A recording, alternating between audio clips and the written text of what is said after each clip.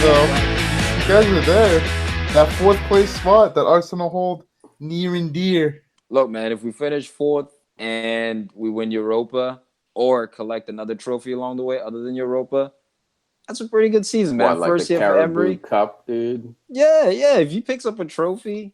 Oh, really? Because I remember saying that about United, and you guys were It's not good enough. No. Marine, what? Yeah, right. Mourinho You were won like 3 you in were his bragging first about season. the treble. Oh, we got the ghetto treble. No, that wasn't bragging. It was Shield. just straight up first year ghetto treble. Let's get it. That's Okay, just us. then. So that's what I'm saying. First year for Emery's the same Nah, team. fuck no. You didn't give us that credit. Emery don't get shit from me. I did give you credit, man. I Nah, gave you Mourinho's didn't, credit. Yeah, I Oh, did, yeah. bro. I You don't don't hate even United like hate him. Mourinho. Even though Mourinho's trash. I mean, Man United's trash, not Mourinho. Oh, That's fucked. Freudian, bro. Freudian. You and Snacks are gonna be best friends now. Nah, yo, this dude, he doesn't even like Lukaku. We can never be best friends. Brother, I was on Twitter today, and this guy quoted, he replied to some guy's tweet about Lukaku being bad today. He goes, he was far more effective than Rashford when he came on. And then, I turned off Twitter. It's like, yo, I was just like, yo, I'm gonna log off for a couple of hours. I didn't read that today. I don't know about more effective. Should have thrown a hot take out there on him. Brother, what's the hot take, bro? There's nothing hot about it anymore. It was hot a season ago, right? It was hot a season ago when me and Amir were the presidents and the founders of the Boot Lukaku, the I Hate Lukaku. You know, what was that? You guys ever see that movie Little Rascals? What do they call that club? Just add Lukaku in there. What, the Hate Women Club? Yeah, exactly. Hate Lukaku Club instead.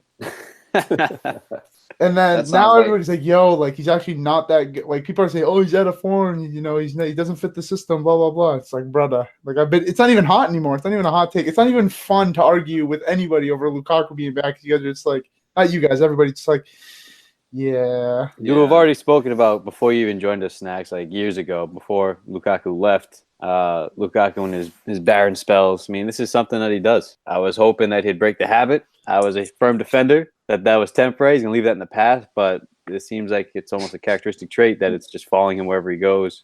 Even the Belgium national team, he'll be involved. He'll do a dummy, lead to a goal, maybe get an assist, but goal scoring, it seems to be. This is what happens when you got three United fans. You know what I'm saying? You just jump straight into Lukaku talk. Like, you guys just seamlessly tragic. Like, we did it, like, strategically game plan. Like, all right. Oh, we on? We're on? Yeah, we're wrong, we're bro. recording? I no idea. Oh, my God. You know them landings, bro? We out here hard landing, kid. Al sits up. There's no 3-2-1, dude. There's no 3-2-1. We just jump straight into it, and then when Tiki edits it at the end of the night, he's like, all right, we're going to start from here, and then we go. Yo, Snacks, I'm afraid you're going to fall off the bottom of your screen or something. What was Snacks that? is just going to keep sliding down. Oh, just be on top of his head in a second. My chair, bro. It's my camera is high up on my monitor. 269, we in here, Premier League Matchday 10 review. Let's open it up with the top of the table team, Liverpool. Smashing Cardiff 4-1, man. Absolute destruction. Who's that playing music in the background, though? Snacks, you out here gaming, bro? Nah, bro, I turned my shit off. I don't hear any music. Nah, Snacks got that R&B. You see the bed in the back right there. Covers it. Got that R&B on the logo. Toss on some R. Kelly. I'll piss on you. Drip, drip, drip. If that's what you're into, bro, all right, man. But yeah, I can't hear that, bro. I'm a man of simple pleasures. Game, Liverpool, yo, man. You know, okay, it's Cardiff, right? It's Cardiff, but they're able to win differently. This game, they were completely dominant. And what impressed me most was how fluid they were. Bro, I saw Alexander Arnold at one position, floating to the left back position. I saw Virgil van Dijk as an extra attacker getting involved. Like the way they were able to be fluid in this game and find the spaces in behind was impressive. What do you guys think of the game? Yeah, man, they're looking legit, dude. They gave up that one goal, which killed a clean sheet, which I was very happy about. But man, it's getting harder and harder to break down that back line. To be fair, Cardiff should have probably had 2 goals here. That goal they actually scored was a bit lucky, came off Virgil van Dijk. But to your point, man, I'm more impressed with the formation split. So each board has them as a 4-2-3-1, but they started in a 4-3-3. Salah kept drifting out wide, but at certain times during the game, he couldn't really break down. Yo, is your sound like muffled? Is anyone else hearing that? Yeah, I'm hearing that. Is that I'm me? hearing it. Your sounds a little muffled, bro. I don't know if you have to like talk into the mic or something, but How about that? Is that There it better? is. Yeah. Hold that wire. Hey, I'm gonna hold the wire for the next 2 hours like this, guys. This would be great. These knows, For the people, man. For the people. So what you say? No, but I was saying with the 4-4-1-1 of Cardiff, Liverpool were having a hard time breaking them down with a 4-3-3. So they ended up switching to a 4-2-3-1, which that is what impresses me. So it looks like Klopp has now found 2 formations for his team. Either the 4-3-3, that doesn't work. Bring on Shaqiri, switch it to a 4-2-3-1 and break him down that way.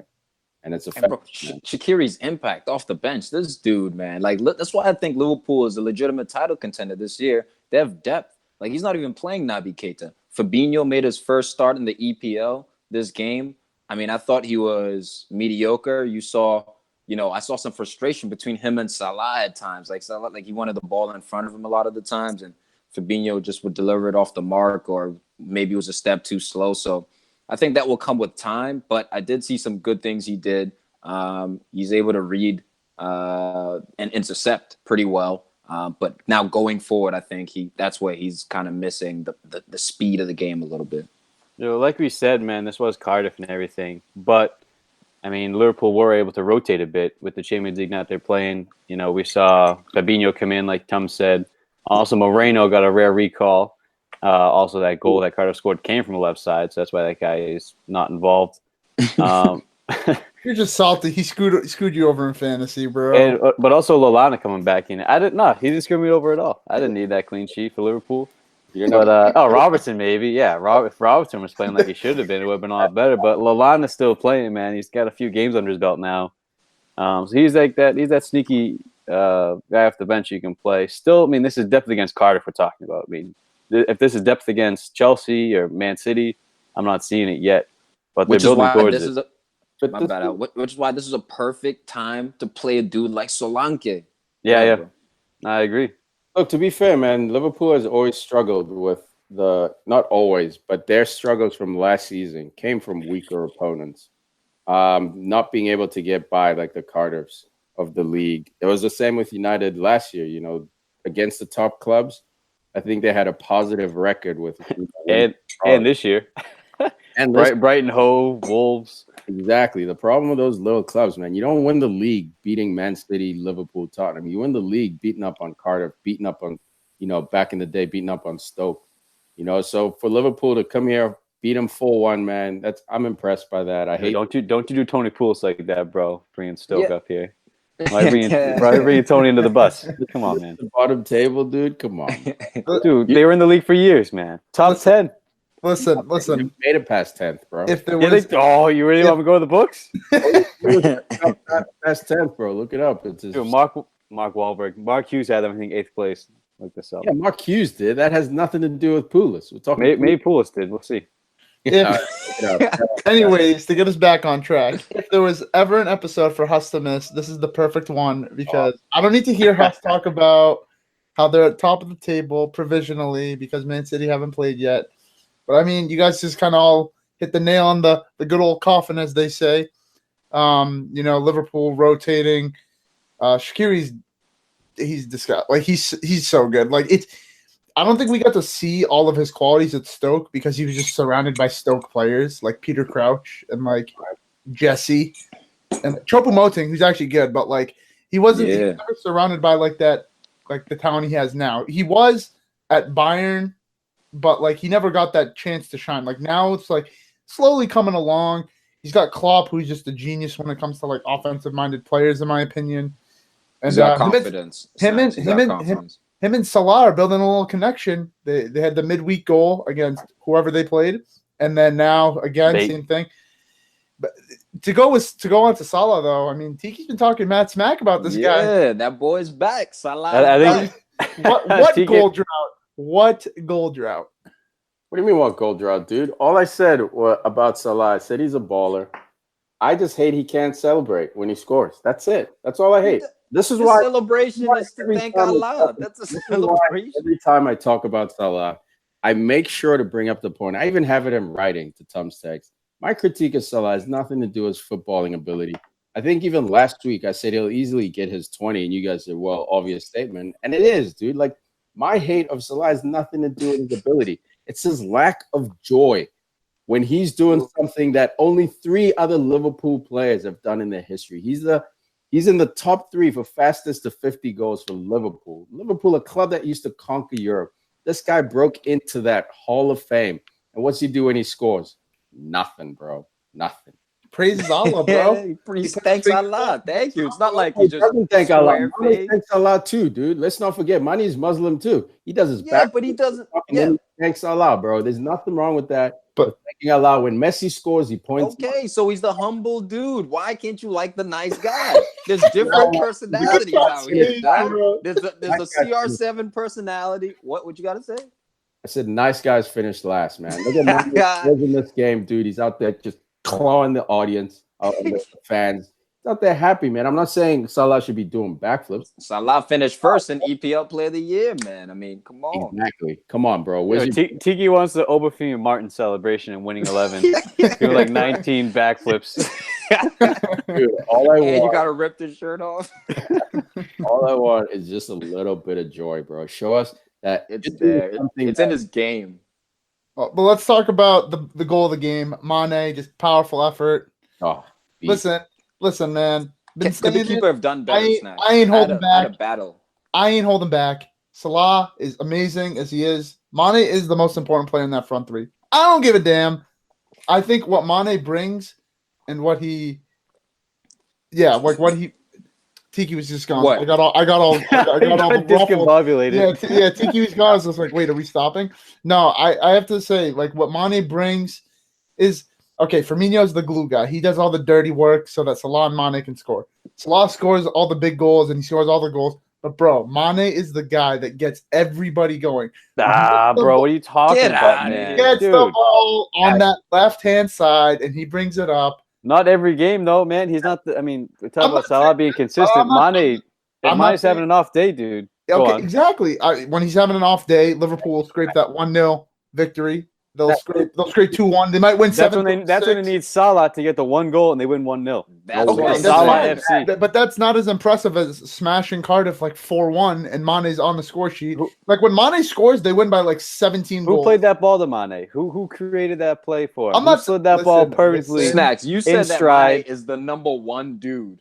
I'm not saying he's the number 1 dude. I'm saying he's the most important. Just because people would say Firmino's the most important because he distracts and he pulls people this way. Hold on, okay. Ronaldo is the alpha male of that Real Madrid team from like 2009 up until last season. Oh, Ronaldo, yeah, right. He's the number 1. But like, one could argue, not saying me, but one could argue, Luka Modric was the most important player on that team. He's the engine that keeps everything going. He was very important, but he wasn't the most important. Look, that's a stretch.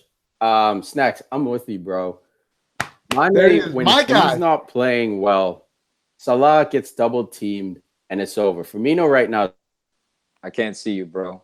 Yeah, I can't hear you. It's that connection, man. It's that new house connection. Yeah, good. You got disconnected with that trash ass microphone, man. What the fuck is going on, yo? It's the Man United hat. Take this shit off, man. You underwater, bro. You underwater, man. Drowning again, bro. There he is. Man. Now he's back. Yeah. All right. Continue with your point. What I'm saying is, Mane's underrated importance. I still think Salah's most important, but this season, man, Mane, up until recently, has helped carry Liverpool, dude. When Mane doesn't play well, the problem is Salah gets double teamed and that's it. Exactly. My issue right now is that Firmino is not firing, and right now he's lucky enough to have Shaqiri kind of covering for him when he's not firing. But like Firmino somehow has to get on these goals again. Without that front 3, they're going to struggle to hold on for 40 games. And Mane's already had 6 goals for the season, 9 games in. Last year he had 10, and this is just league talking. He had 10 league last year. He already has 6 and 9. No doubt. I mean, I'm not saying this guy isn't effective. I'm not saying this guy isn't important. He's very important. Yeah, he's a huge figure. But as far as the guy that gets it going, to a degree, he does. But who's going to finish that run of that pass or that play? It's going to be Salah 9 times out of 10. Yeah, but I'm not saying the number 1. Man. He's a dude. There's a reason why he's number 1, Snacks. And You're number Hey, one listen, typically Mane because you're took the the number most 10 shirt. important. When the There's- number 10 shirt was free, Mane took it. That obviously speaks volumes to how he's rated at Liverpool. Listen, I'm not disagreeing with you when I say Salah. Listen, like when I I'm say the listening. most We're all important, Snacks, like I get your point. Look, let me make your point for you. Now, on a team like Leicester City, that championship team that won, Conte, you could say was the most important dude because he was a glue. Okay, maybe you had Vardy, the goal scorer, and Mahrez as well. But if you took Conte out, then everything would crumble. So we understand your point. We just disagree, man. Like Salah's the dude, man. Salah's, I guess he is that dude, but Mane's Mane's the face of New Balance, so therefore he's already number one. No, I'm just playing. I'm just kidding. But that last goal for Liverpool, man, that Mane finish, that little chip, dude. Fucking guy ran 70 yards seamlessly. No one could keep up. A beautiful goal. I can't take it away from that, man. I think it was his a beautiful goal 50th for Liverpool in all competitions. So big ups to my brother. All right, how was that? Like Yo, 20 can you minutes guys hear there? me? Yay! Hey, Better? I went old school. Yeah. All right, man. Damn.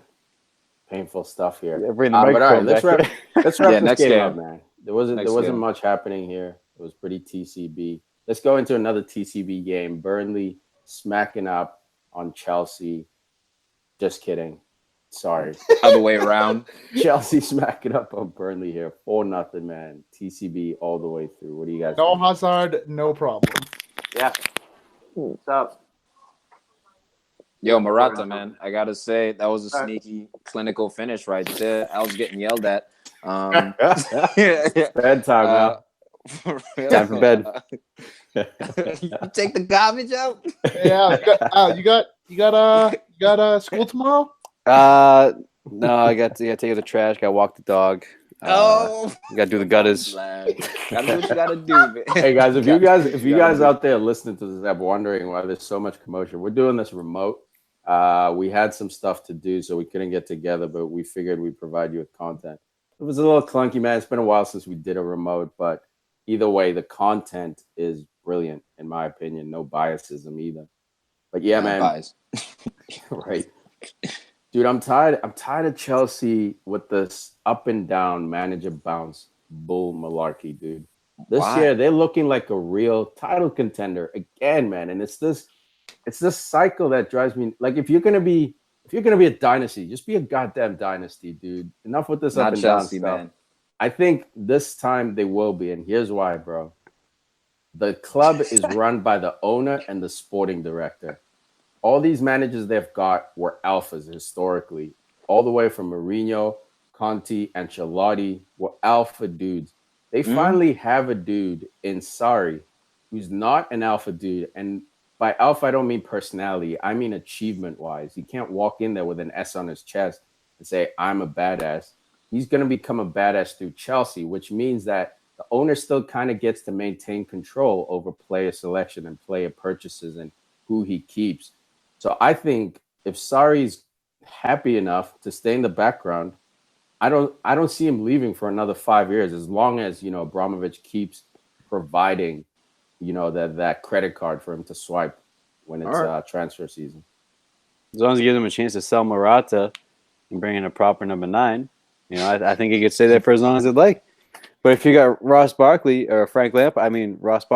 looking like Frank Lampard, man. I love Ross, man. I love Ross. Dude, I think he was reading my messages in the group chat. He was. This guy's not a number 10. This guy can't do the job. I still think he's more a number 8 box to box, but he proved in the final third he can be. He has a number 10 capabilities, man. That first assist, 2-touch play to Morata, that was beautiful. And in his finish, left foot, those are 2 Frank Lampard plays. Like it looked just like Frankie. Same kind of build, big dude. Dude, it was impressive. I was impressed. They got 2 guys like that. They got another guy named Ruben Loftus-Cheek who just scored a hat trick, right? Midweek, yeah. And then he just scored a goal in this game. Now they have 2 English guys like that. The question with Chelsea is, are they going to play these guys? Because now Ross Barkley is just confidence. We saw these flashes at Everton. And fitness, confidence, fitness, it was fitness, and game fitness as well. It was fitness because he got hurt and he was out 18 months. Even the first time before he transferred to Chelsea, remember he he like ran away at the medical whatever the medical test. That was He really last did. year. That was last year, by the way. I think on the last episode you said he was there all last season. I think it was last summer. No. I said he was. Yeah, he was there last. So two Last summers summer. ago. No, last summer was when he stayed at Everton and he didn't play, got hurt. Dude, I'm telling you, I'll look it up right now. All right, Ross yo. Barkley transfer. Yeah, man. Transferred last summer, bro, to, if I'm not mistaken, to Chelsea. Got January hurt. 5th, 2018. Ross Barkley has officially completed a 15 million move from Everton to Chelsea. That All was right. was Which last is a January. good, good deal by Chelsea, man. 15 mil, and nowadays in the market to secure Yeah, that's a a gimme, talent bro. like that.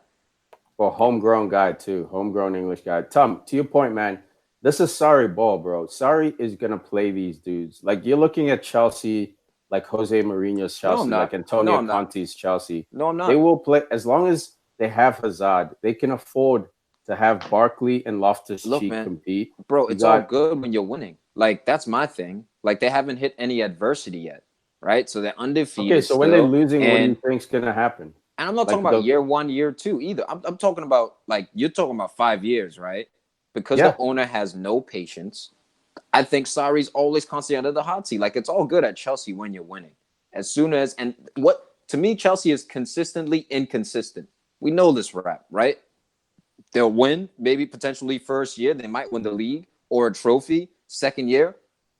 Look, I think It may be a I slight think dip, the or they may stay losing- around the same. But by year 3, man, I You're don't see them. I don't look, and I get your logic with the Sarri thing, man. Like I like that, but that could also go the other way. No, that could go the other way 100%. where he wants to grow as a manager and spend some. And if the owner keeps just picking the players he wants to pick, I you know, think he look, could just do his thing and then leave. I think there'll be a balance. I think with previous managers, they wanted the whole say. Like Jose Mourinho at United, he wants the whole decision. He doesn't want he doesn't even want one player put on his plate. I think with Sarri, it'll be mixed. Obviously, they're gonna have Sarri's input, bro. They're not gonna just straight up say it's the owners.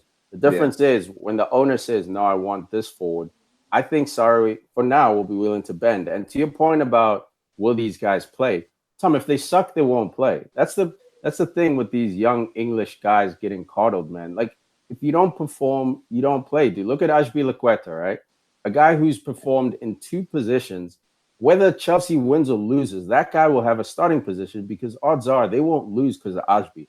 Yeah, So if all but of a sudden dude, Barkley takes a drought, and they start losing in the midfield, they're going to plug in Loftus. If Loftus doesn't do the job, they're going to put in someone else. Like, it's up to these players to take heed of their chances. Of course, to develop, to be a best, you need to play. But if you want to develop at the top 4 club anywhere in the world, you're going to need to perform. And it's the same for the Spanish guys. They get how dude, my man Loftus scores a hat trick midweek. He doesn't start. Like that's all I'm saying. Like you have to but that's the top club it's not a matter rotation. of coddling. I think that is just you look at La Liga. It's comprised mostly of Spanish players. Same thing in Serie A. Same thing in Bundesliga. Now, EPL, it's a little bit closer now. You have a lot more imports in the EPL, and because of that, you know they found a way to make it work with the youth teams. But all I'm saying is, you have to play these guys, and we know Chelsea are notorious. At least these guys. My theory's been Chelsea doesn't play these young guys. These guys have to compete with the best in the world. That's what it comes down to. Like if Dele Alli plays because he's good, bro, because he competes, he shows up every week. Like if Barkley takes a month off, he's gonna lose his position. So the pressure at that level is high. That's what comes at the pro level, man. I'm not trying to baby anyone. That's what comes at the pro level. And Loftus scores his hat trick, that's bro. a reality. And all of a sudden, you say, "Oh, he should start." Barkley, the guy who he came on for, starts and gets 2 goals, 2 assists, 1 goal. So like that's a healthy competition. You're gonna need to keep these hat tricks coming until the coach is forced to play you. Well, then the best thing was that Loftus coming. The best thing was that Loftus came in and then Loftus got a goal. So you got Barkley playing well, scoring the equalizer against United. Midweek, Loftus comes in and gets a hat trick. You got to also remember that they're playing in the Europa League, which is on a Thursday, and then they play today, which is Sunday. So you only had 2 days of rest. Loftus played like a majority of that game against whoever Bate, I think. I don't know. Yeah, Bate, Boris. Whoever they played, and I'm not saying that's the main reason why he didn't play him. Maybe he's trying to temper, Loftus, I just scored a hat trick, blah blah blah. And he's like, listen, you scored a hat trick, but you're playing against Bate. That doesn't guarantee you a start against Look, I X. think exactly, man. I think it's just a matter of these guys All right, just and got I'm to not just work. talking about this day, right? So that's just one example. But like for the longest, I've been saying Ruben should play more. You know, like certain guys at Chelsea should play more. There's so many players I can name, right? Well, we've seen this with Chelsea. All I'm just saying is I like Sarri. He's changing the culture from a defensive one to an offensive one. That's where the main thing is with Chelsea, and maybe we can move on after this. But I have to see it to believe it, man. I got to see this longevity thing. Yeah, look, I to believe it. see it for now, man, because Barkley was a guy everyone was saying, why'd he go to Chelsea? He went to kill his career. And now he's literally holding Ruben Loftus-Cheek out of the squad. He's making guys like Kovacic who moved to get guaranteed playing time. He's making them bench ride right now. So, like, if you want to play at Chelsea, bro, you're going to have to be the best and put the numbers up. Frank Lampard, no matter who they bought, Frank Lampard played. John Terry played. Because those guys were legit all about it, man. And I understand that youth thing. They had the opportunities when they were younger too, because the league wasn't as commercialized. So I'm just saying, don't sleep on that. Like these guys have less opportunities, and it's more cutthroat. It is what it is, but that's also a fact. They have less. But you make diamonds out of pressure, bro. You make diamond the best. If England wants to win, that's why the young boys are nice now. If England wants to win a World Cup, they're gonna have to be the type of dudes who can walk into Bayern and offset a German, who can walk into Man City and offset a Spanish guy. Like, yeah, but those German kids at Bayern are playing from 18 and 19 inside a Bayern Munich, so you're already behind, man. You're already behind. I think one thing I think 2 points. One, I think we're seeing kind of a changing of the guard because we saw Callum Hudson-Odoi play for against Bate for Chelsea. Yeah. Like you're seeing like that, and It's I think common. something that we're I guess we're not seeing or overlooking is that this Sarri team is like a very, very prevalent in like a lot of areas to his Napoli team. Like you have Jorginho, is literally the same exact player. Georgie. You have Ross. You have Ross Barkley. All right, Hus. We have Ross Barkley and Loftus-Cheek kind of playing that Hamsik role, that box-to-box guy that goes in, scores the goals. Hazard's playing that Insigne role that's like, I'm not saying Hazard can't score. He can score, but I'm saying like at the volume that Insigne has been scoring at for Napoli, like Hazard's starting to get to that like 20 plus a season score. Like obviously the season's not over. He might not score a goal for the rest of the season, but like what we expect of him, we see that. So I mean like he's getting all the like you're getting the shape of his Napoli team, and his Napoli team finished second to like only like an amazing Juve team as per usual.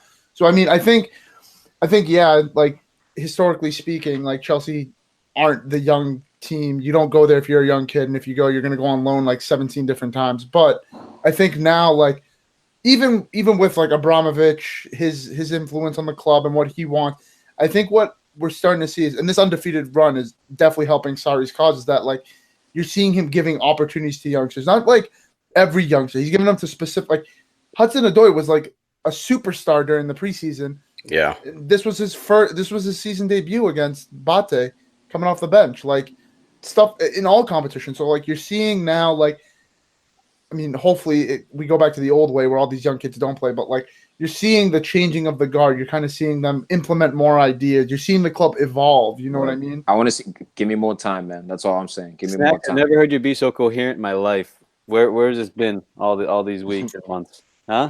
My attention's been fully focused on Lukaku not starting, and it happened today. Well said, my friend. Couldn't agree more with you. All right, next game. Obviously, Chelsea still undefeated in second place. Man City, as we record this, still has to play Tottenham. Crystal Palace 2, Arsenal 2. Loving this result. Finally, Arsenal with a little bit of a mini stumble, but it is a bogey team, Palace, a team that can beat even Man City on their best day. But I stumble. Yo, I gotta hide it. It's clear. Come on, Tom, sing with me. Nah, yo. Any more words? I'm copyright. London Derby, man. Love it. But, man, opening 15, 20 minutes, man, Arsenal are backs against the wall, to be fair to Palace. Look, we're a slow starting team this year. It's kind of weird. Like always go down a goal and then we fight back in the second half. I'd much rather have that problem than vice versa. So look, it was an away game. So I thought that as the game went on, Arsenal were clearly the superior team. But again, man, mental mistakes. Can't even say with the straight face.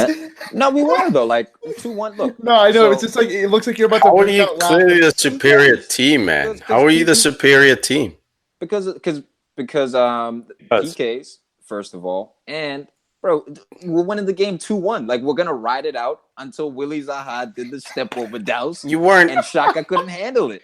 Dude. Literally, they had double your shots. They had over double your shots. You guys had possession because you are better footballers. But this game was back and forth. Crystal Palace, the reason why they got this draw was because they showed you no respect, no fear. And I think I called Arsenal. Actually, we all called Arsenal winning this because we assumed this is a weakened Crystal Palace. We forgot how they play when they're actually released and allowed to play with no pressure on their shoulders. Dude, from the jump, they didn't give you guys space to breathe. And when they won the ball, they attacked. There was no hopeful Brighton football, Burnley football. You know, like this was a balanced game, man. By no stretch am I saying that we dominated the game. But what I'm saying is when you look at the game, it was mental mistakes which led to Palace's goals. It wasn't like Palace was playing through us and then, they like how they scored. But they did, man. They did. Yeah, but they didn't put those away, is what I'm saying. So yeah, because you took them out. You took them out. Difficult. Huh? You took them out. That's why they didn't put them away. Like you tackled them in the box. That Mustafi one was just shit. Like I agree with the Zaha one. Okay, maybe we tack them on a goal. But that first penalty kick by Mustafi is just terrible defending. The ball's and what about the box? And he goes down. That's a mental mistake. And you guys scored from a free kick, which is great. It's cool, but it's a free kick. It's not like you broke him down. And the other one was Lacazette pulling his best Maradona hand. What? And what was the other one? Lacazette pulling the hand of God Maradona. He's literally flicked the ball. So your 2 goals came from a dead set piece. So like you saying their penalties, they didn't break you down. You didn't break them down either. The free kick was was probably the best free kick of the season. Free kick. You got to give him. It was one of the best goal kick. It was one of the best free kicks of the season, hands down. There's no hating on that, but you didn't break them down. Don't get it twisted. You didn't break Palace down either. I'm not saying. Look, either way though, I do think we're the better team because we're up at a certain point in the game. We're up 2-1, getting ready to coast it out. Granit Xhaka playing at left back, an unnatural position against one of the best dribblers in the league. Like, yeah, what's going on there, bro? Listen. I've been bigging up Emery. I've been bigging him up a lot. I think what he's doing at Arsenal is like, from a neutral perspective, it's good to see because like. Listen, like regardless of whether you hate Arsenal or you love Arsenal, you want to see your big teams performing at the big team level. Like, I think that's why, like, even people who aren't Man United fans, if you're an other Big Six fan, you'll see like people like, Man United, they suck. We want them to stay down. But like as a neutral, you want to see competition. You want to see those top 6 like going at it at every chance they get. You want them to see them vying for those positions like we had last season.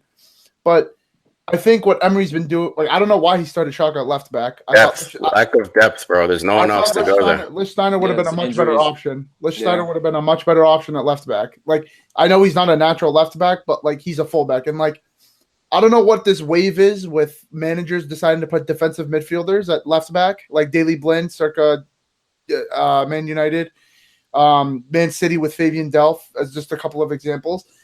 Sometimes it works, sometimes it doesn't work, but like. You have Lichtsteiner on the bench, and like, granted, he brought him on at halftime for Bellerin, though, who it looks like I don't know, he may have suffered an injury or something. But yeah, like let's just assume that doesn't happen. Xhaka started. Like that's the thing is Xhaka started at left back. Yeah, he did. He did the other day as well. He didn't do too bad. So I just think he wanted a natural lefty out there. Is what it is. Because we know Xhaka's for speed. I mean, he's one of the slower guys out there. Dude, that's all you got with Granit Xhaka as a natural lefty. The guy's useless otherwise. He's that kid on your team growing up that had a great foot. He can kick it the farthest. That's about it. Can't tackle. Can't defend. Go ahead.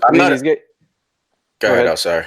No, go ahead. Finish. No, he's just a frustrating player to watch from an Arsenal perspective, man. Like he brings so much with his left foot, but then he lacks in so many other areas. Look, for me, Xhaka didn't play that bad, man. That if he doesn't cause that PK, we don't talk about Xhaka's issue in this game. So, like, I don't want to get carried away. We talk about his goal. Exactly. So I don't want to get carried away, but I still think Arsenal were fortunate to get away with a draw here, man. Not because they played bad, but just because Crystal Palace came at you guys. It was a flip of a coin kind of game. The 2 PKs, in my opinion, were legit and earned. The free kick was top 3 of this season. Maybe maybe in my top 10 all time. And that thing was just filthy, no angle, top cheese. But then, you know, the goals were shady from Arsenal. And this was Arsenal's first test to where like an opponent didn't respect him. Arsenal's on, I think, 11-game unbeaten streak. Before this, they were on a 10-game winning streak. So they've been playing well, but I think they've started to get that fear back where when they're in the tunnel, teams are intimidated. And Crystal Palace just wasn't fucking buying it this game. Yeah, 11 games, Tiki, that they've won coming into this one, which is why I predicted an easy victory because Emery's got these guys firing. Yeah, he's gotten Aubameyang. They won 11 games in a row, 7 in a row in the league. Like this team is no joke. They fought the way back into the top 4 after what rocky start, man, going winless in the first. Yeah. Aubameyang with a Fugazi goal. Very Fugazi, bro. But he scored. He scored. I had him in fantasy. I've probably checked my lineup probably like 3 times the entire season, but he got me the points I needed to not be an embarrassment in our league. One point I wanted to mention is I don't know what it is with Emery as well. Is that like it looked like he was playing like a flat 4-4-2, and I'm like very anti 4-4-2 because that's what. Not like he played. It looked flat and like. He had Aubameyang at left mid, and it's like why? Like, just throw Iwobi out there, throw like Mkhitaryan on the right, just have those 2 up top. Like, I don't know why he had Danny Welbeck on there. With the Man United saboteur Mkhitaryan play. No, Mkhitaryan is not. Listen. If we're being straight up honest, and like this is gonna cause uproar, like you guys won that deal. Mkhitaryan has been better for Arsenal than Sanchez has been for United. Like, we won the deal because I didn't go AWOL, but it's not like, you know, like, Mkhitaryan's been all right. Yeah, but, like, would you rather have Danny Welbeck and Alexander Lacazette starting up top for you in a front 2 or Aubameyang and Lacazette? You know what I mean? Like, you got to work your way around that. Dude, you know what the issue is, why they can't play with a front 2? It's just because Ozil either won't play central or will have to do the work of an outside player. Like, you got your 2 midfielders in Guendouzi or Torreira, and usually it's Xhaka and Torreira or Xhaka and Guendouzi. So those are your 2 center mids. On the other side, you got Iwobi, who's not a natural winger, by the way, but he can do the work. He's got lungs in him. And then so on the other side, you have to have either Aubameyang or Mkhitaryan, which you've seen historically. But because Aubameyang's hot, he's doing whatever he can do to get him on the field. You lose balance when you have those 2 up top, only because Ozil can't come across and do that job of a wing or at least cover. So it's a sacrifice you have to make. Aubameyang has gotten 3 goals in the last 2 games from that position. As much as your heart would like to see him play next to Lacazette, and I'm sure a lot of Arsenal fans are saying that, it's fucking working, guys. It's working and your team is balanced. It's very hard to break them down. Aubameyang is willing to do the work. He's not one of those forwards put out wide and then is lazy as Martial was last season. So I think it's fine, man. As long as you have on attack, you give him a bit of freedom, and he has it. You see him cut in on attack all the time and link up with Lacazette and Ozil. It's working, guys. Like, there's no need to all of a sudden switch your formation and have 2 strict forwards up top. I just think it's obvious where Arsenal need to upgrade their weaknesses now. Like, we need a new left back. We need a new left back. The whole back line. Center back. Rob Holding's been playing okay the past few games, but again, like, is he a guy you can rely on? I mean, Mustafi, we saw again, like, look, he's a good player. I guess he's an international squad player. He's a squad player, but bro. That's a guy who I'd like coming on as the 3rd center back. You know, honestly, I'd like an A. Socrates? And look, Socrates is going to be, to me, is another squad player, man. Like, yeah, he was playing above that before he got injured. But the back line needs to be addressed, and we need another winger.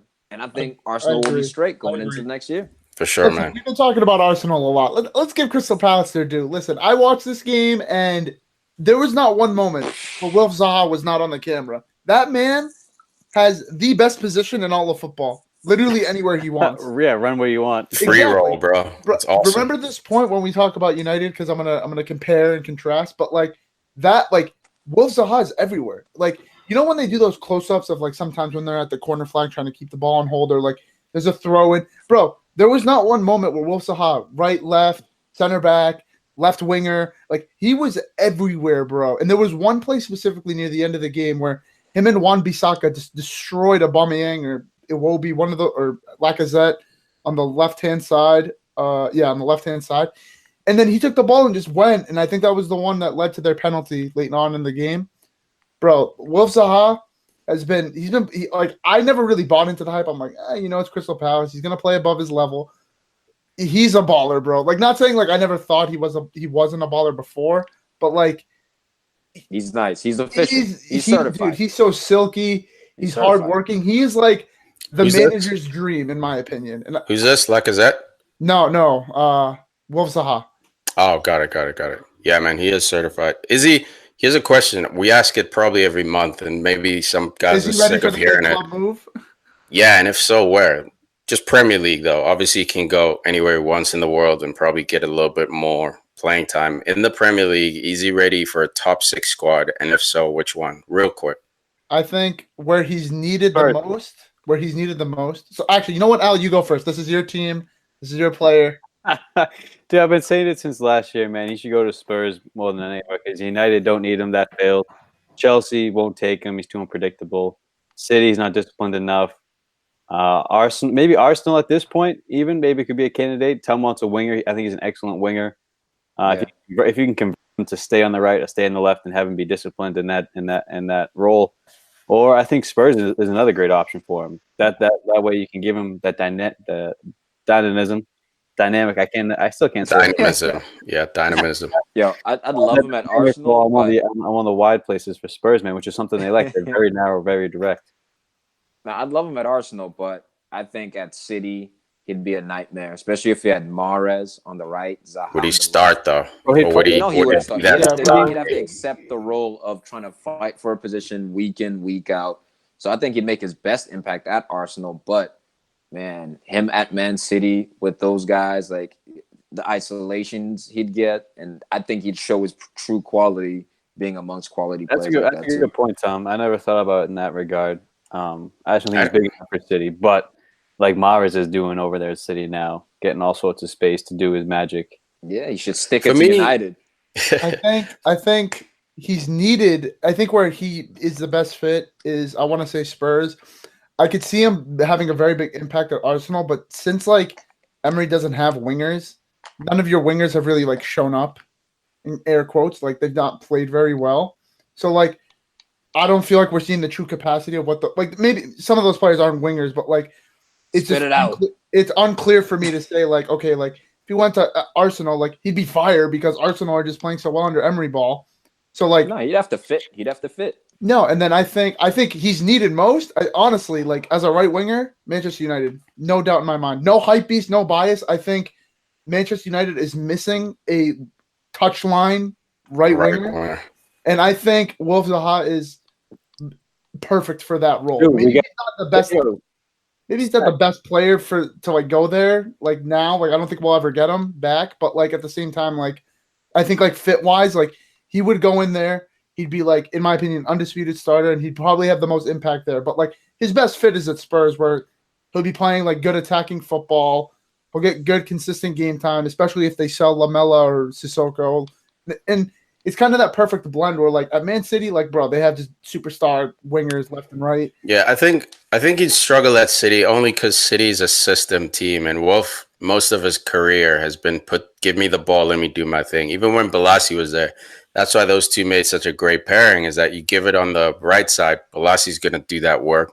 You give it to Zaha, Zaha's going to do that work. Smart enough to understand the system? Not smart enough to understand, no. What I'm saying is he flourishes best when given that freedom. Like that's what he would be lacking at City because it's a more of a system, pass the ball team. Aren't City fluid though? They're fluid passing, fluid movement, not fluid dribbling. You saw Mahrez when he first started for City this season. He was doing a lot on the ball because he thought he was at Leicester still. Now that he's playing well, you watch him. He's playing two touch, bro. Mahrez, maybe we'll take the guy on in the final third. That's about it. But for the rest of the field. It's two touches.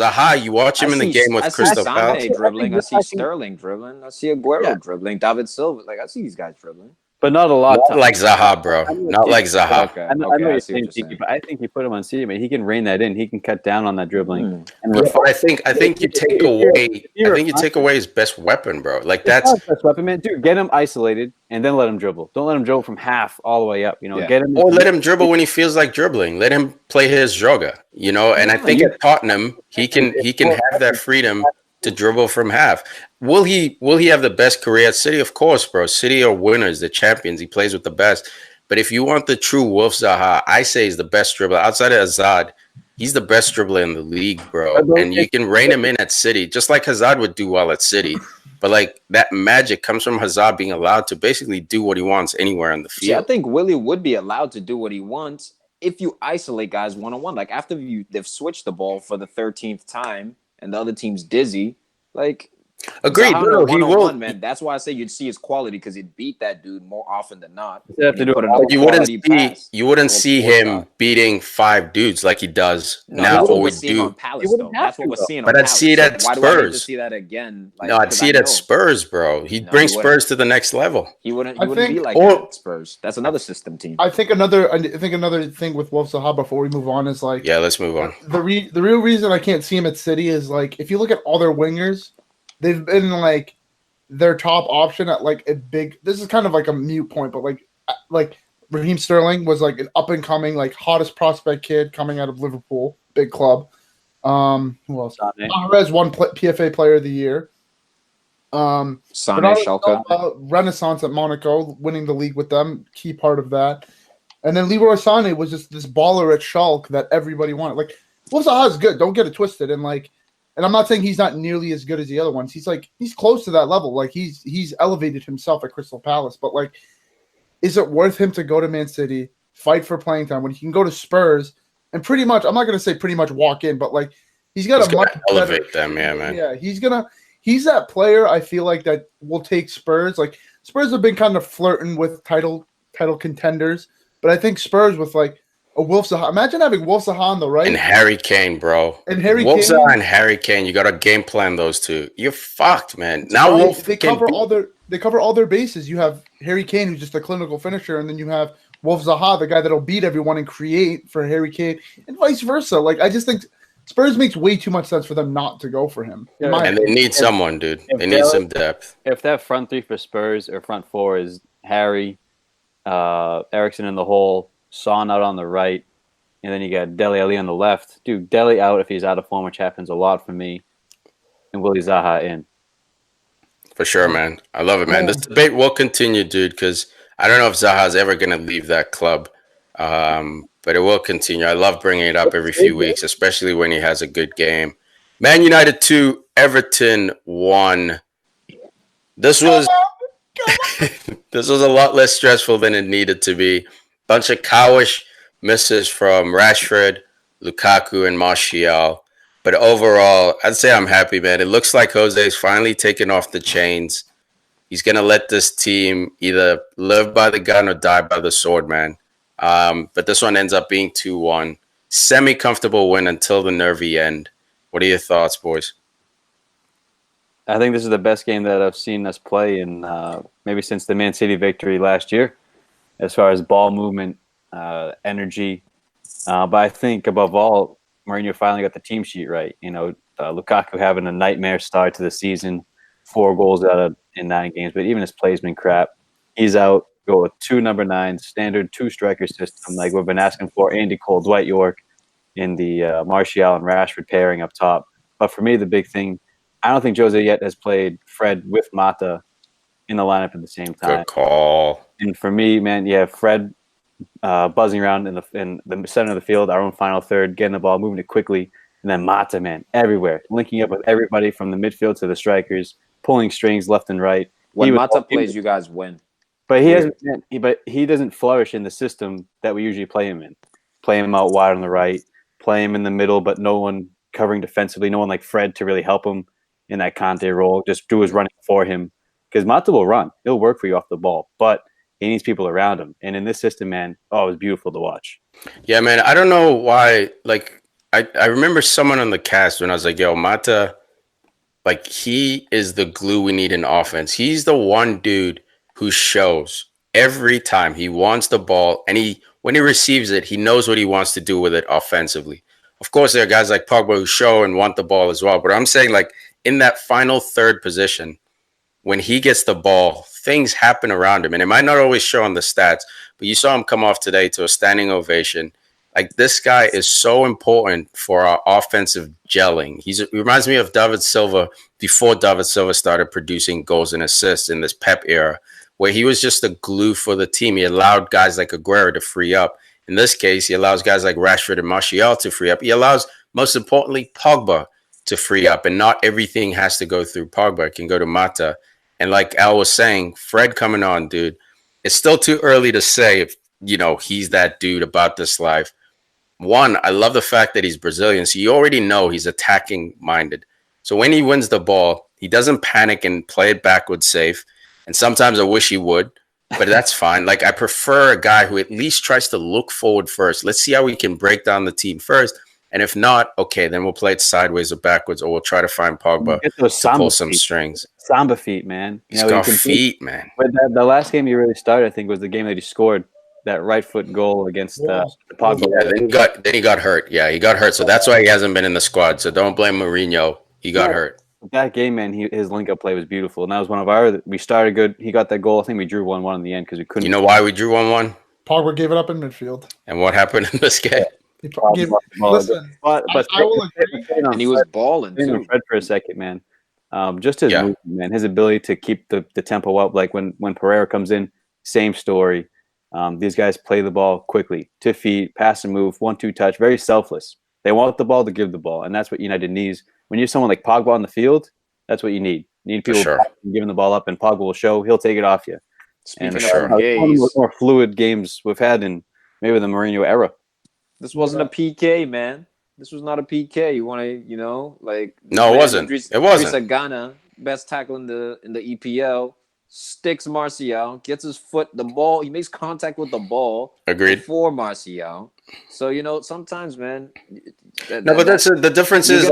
sometimes you get lucky. The difference is, I'll admit it, man. I'll admit it. This was not a PK. 110%. He wins the ball and then takes Martial out. The issue is that John Moss, the referee, at his angle, that touch was so slight that it didn't change direction from his angle.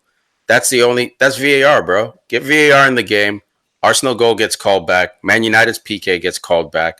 It's simple, and VAR will be coming soon.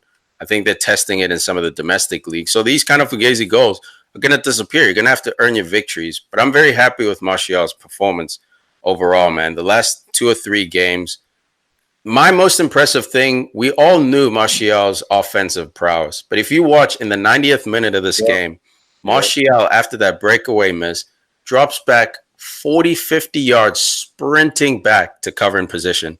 Last year, you didn't see that at all. And that's all Jose wants. He wants you to work defensively. And he always said, I know Martial is good offensively. He's just not complete. And this season, he came out 2 weeks ago. He said he's a much more complete player. And I'm so proud of this kid for not doing what everyone else was saying. Leave. Go find someone who loves you. It was an honest critique. It was probably public and more harsh than it should have been. But it wasn't coming from a negative place. And you saw and he's proven it. He got up off the bench. He applauded him. He applauded him. He's like, that's what we need. He tried to amp him up. And in this game, man, probably the first game I've ever seen the least amount of pans over to the United bench to look on Jose's face. True. You couldn't take the camera off the field. The game was too exciting to pan to the bench. Look at Jose being sour. Dude, I think maybe 2-3 times the whole 90 minutes. That's how good the United were. There was no reason to look at them because the team was playing to their potential, finally. I think so. Just to touch on a couple of points, I just want to use some visual aids here. Remember, this is an audio medium. So for those who can't see us, obviously, I'm using some visual aids. You got Fox McCloud here. He's the best character in Melee. This is Martial right here. He's the best left winger we have. That's why he's in the glass case. Whoa, what happened to Alexis? Whoa, and then we got Falco here. Very cool looking dude. He's a bird. He's blue. He's Alexis Sanchez. He's not nearly as good as Anthony Martial, but for some reason, this guy was in the glass case. But now this guy's in the glass case. Hey! I want to beat it, nerd. I just want to touch on beat it, nerd. I needed to use the visual aids. Listen, I have to agree with all of what you guys have been saying. It's probably the scoreline doesn't, I think, reflect how well we played. I thought we should have had at least 4 or 5 goals. But this is the type of performance that we've been needing for the past 4 or 5 years. Where there have been games where okay, the Newcastle win is nice. We come back, we win, but we put ourselves in a hole. The Man City game, and there have been like really good games, but like not in the. I feel like not in the Premier League. In the Champions League, we've had some great results against like young boys, and some last season where we played like really complete, nice attacking football. The CSK Russia Moscow game, yeah. that one away from home really sticks with me too. But like this game in the league against Everton, who are coming off of 3 wins off the bounce, is a big result. You know, Al mentioned it right at the beginning. He got the team sheet right, and there's a reason why we played so fluid, bro. Lukaku came out and said that my teammates don't know my movement yet. I'm not. Listen, this is just me. I'm just me. Yeah, go ahead, Snacks. We knew where it was going. As critical as I can be, and I was like when he came on in the 60th minute. That's when like the downturn happened. That's when you saw everything kind of like. That's false, bro. That's false. God. That's absolutely false. When he played Martial in, Martial, no. I gotta address that point. Look, it's one thing to not like Lukaku, to be critical, to call him cowish, which he had a cowish miss here, but all 3 of our forwards had cowish misses. Dude, he came on, received the ball, laid it off to Martial, and Martial broke in, bro. Game changer. His movement. Him and Pogba broke down 4 defenders. He was cowish with the header. Look, you can criticize Lukaku, and I think Rashford has deserved his chance to start. I said in the group text, he deserved 90 minutes today.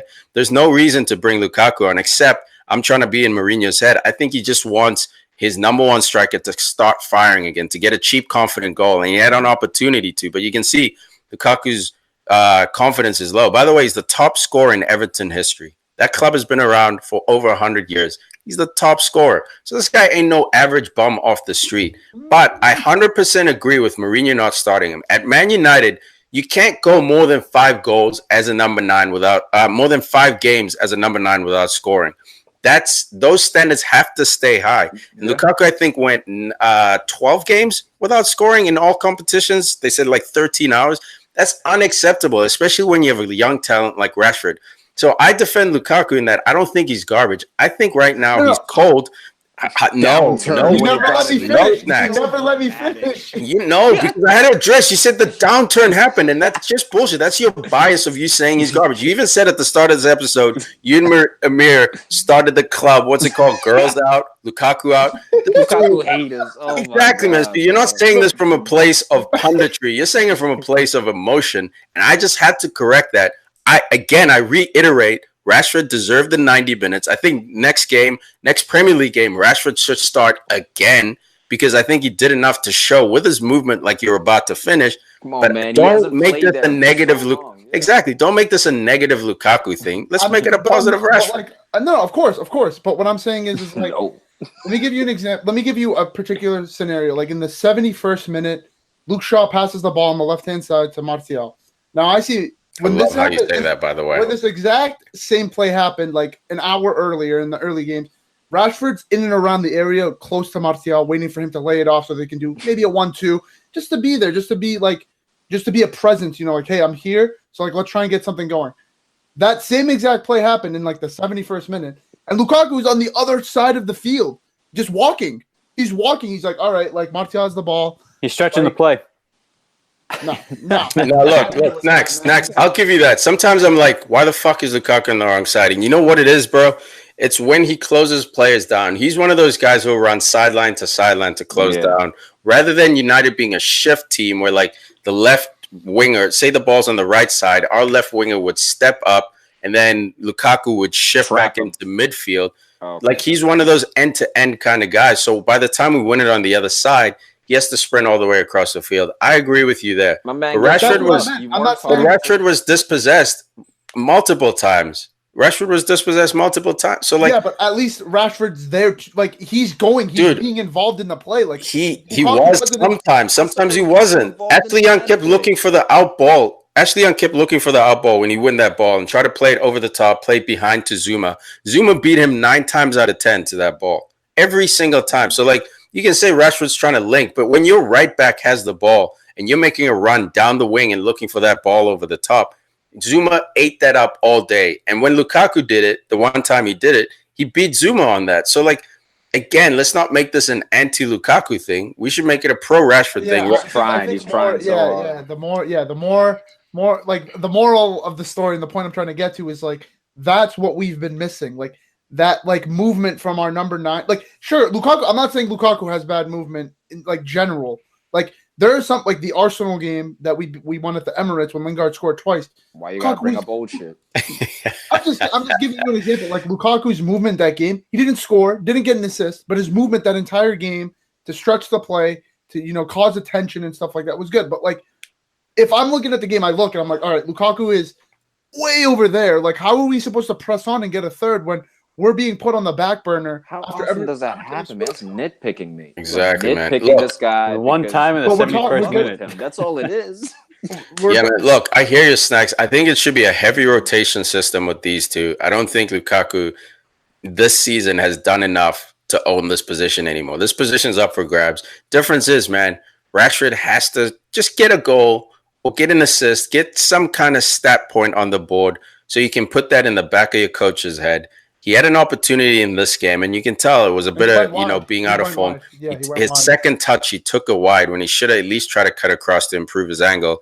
Pickford made a brilliant save. It was a great shot. He tried to hit it across, but the angle was too tight. I have no problem with that, by the way. It's not a critique for me. It's just something Rashford has to like work on. But I think that improves with him playing. Yeah, that improves with him playing more. So I'm with you, man. I don't think Lukaku is the end-all, be-all. I do defend him because I think people are overly harsh about this guy. He does so much more. We give Giroud so many plaudits. He didn't score. He hasn't scored a goddamn goal since last season, guys. Since last season. That means in the World Cup he didn't score, and he hasn't scored jack shit in 10 games with Chelsea. And Chelsea are undefeated. Chelsea's playing their best football, and this dude still can't find the net. I'm not saying Lukaku should be aspiring to be the next Giroud.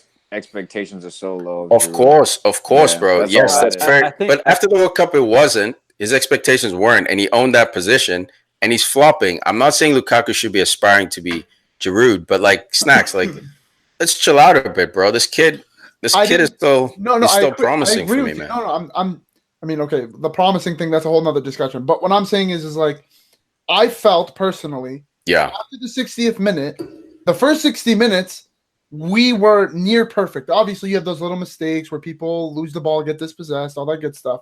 Flick the ball in the middle of midfield. I'm not blaming the Pogba giving the ball away and then Chris Smalling fouling the Ishtad of whoever he fouled. I'm not blaming that on Lukaku. Yeah, that's not Lukaku's fault. How can that be Lukaku's fault? But what I'm saying is like when he came on, like I don't know whether it was we couldn't get our offense going because he had just come on. But we did. We created 2 other golden opportunities after that. But that was like. But that was him on the field, dude, and one of them he was directly involved with. Yeah. Like I'm not saying he was bad. I'm not saying he was awful this game, but I'm just saying like that is something to mention. Like we came on. No, it's not. So explain to me how the first 60 minutes were near perfect. Because Pogba decided to flick it and give him a glimmer of hope, bro. After that, we all started packing it in. Yeah. You saw it became basically a back 9, bro. Matic was basically playing center back. Pogba was dropping deep. Fred was playing Snacks. Fred ended up at right mid. But like, if that goal doesn't happen, like Lukaku had an opportunity to score. We were still creating shit, bro. Martial had the breakaway. Right now, guys. Yeah, that's true, bro. All right, go ahead, Al. No, like T, you just said, Snacks. If that goal doesn't go in from that Pogba giveaway in midfield, that game's gonna close out nice and easy, 2-0. That'll be fine. But you would give Everton a bit of hope, 2-1. And then anything can happen. That's when you get nervous, pack it in, park the bus. Yeah, but I think, man, Lukaku had to be dropped. Like Sanchez had to be dropped. Agreed. They kept playing him, kept playing him. It gets to a point where it's just annoying. It's bad for the almost team. Egregious. Didn't even mention Everton. So Lukaku finally sits. you get Rashford and Martial coming in place to that.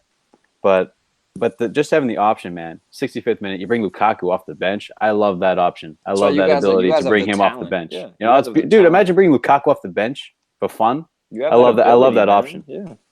Yeah, man, for sure. Look, there wasn't much to say about Everton, Tom. I heard your little snide remark there, but like to be honest, rounding the hair, like come on, man, they had their opportunities. They did have their opportunities, man. They did have their opportunities, no doubt. Sigurdsson with a great PK there. You want to know why they didn't have their opportunities? Because their main man, Richarlison, was shut down by Victor Lindelof. We can't overlook Victor Lindelof. Listen, I've talked so much shit about this guy. Yeah, I don't get it. Never in my life. No, it's not true. I've actually always in my life been happy to admit when I'm wrong.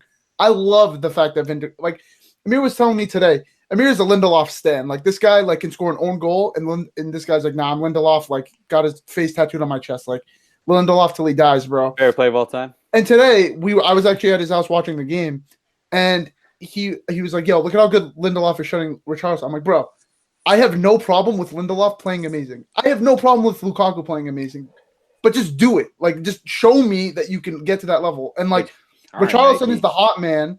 He's the hot man for Everton this season. And Lindelof put him in his back pocket, bro. Look. I mean, look. All right, let's not get carried away, man. Richarlison. Look, Lindelof for me had a great game. Go crazy with it, though. Yeah, like nothing. I love Lindelof. He's the man. I think when you watch him for Sweden, you see his real potential because he's playing not by bums, no disrespect, but like he's not at this. He doesn't have a whole bunch of talent around him, so you see him stick out in that back line. For me, he was a 22-year-old when he came in. He's now 24. I think he just turned 24 this year. So like defenders peak at 28 to 32 around there. I think this dude at some point will be that dude. Now, today, is he going to help us win the Prem? Probably not, dude. Probably not. And I'm okay with that. As long as we bring in, man, again, it goes back to Woodward. Just bring in a fucking experienced guy, 29, 30 years old. It's a beaten drum. And then guys like Lindelof will learn off that or will have to pick up scraps. Same thing that Joe Gomez, we see it happening right now with Lovren and Van Dijk. Joe Gomez is going to be a stud because he's learning from those two. They cover for his mistakes. So it's hard for these young players. Look at Bailly right now. He's in exile because he's young. He made some mistakes in a crucial season. You can't afford for that. But I'm very happy with Lindelof's performance. I've always thought this guy's potential was great. Is he going to be, one of the best in the world one day? I don't know. Probably doubt it.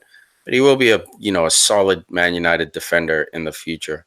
But putting Richarlison in his pocket at Snacks, I don't know, bro. I don't know, man. Richarlison, other than the penalty, I didn't think Richarlison had a good game, like, at all. Like, he had his moments, but, like, he didn't, like... Bro, like against Arsenal, like, when you guys played them and you guys won, Richarlison was, like, very good that game. Like, he was creative. Yeah. He didn't put him away. But, like, this game, like, he had the one shot on target, defense. But, like... He was. Arsenal defense struggles, man. Tom's being honest, for sure. And you saw it, like, earlier in this game. Like, Theo Walcott had a perfect crossing opportunity to Richarlison, who hadn't been going that entire game. Theo Walcott took the shot. Agreed. So, like, you know what I mean? Like, yeah, look, Richarlison is on fire. Walcott's making that pass. Yeah, but look, Richarlison was the highest rated statistical player on Everton. You know what I mean? So, like, and he won a penalty. And he won a penalty. Yeah. And shout out to Smalling, bro. Like, man, that was a brain-headed move, a dumb-headed move right there. There was no need to slide in, no angle. Fault, though. That's all Pogba's fault. Nah, man.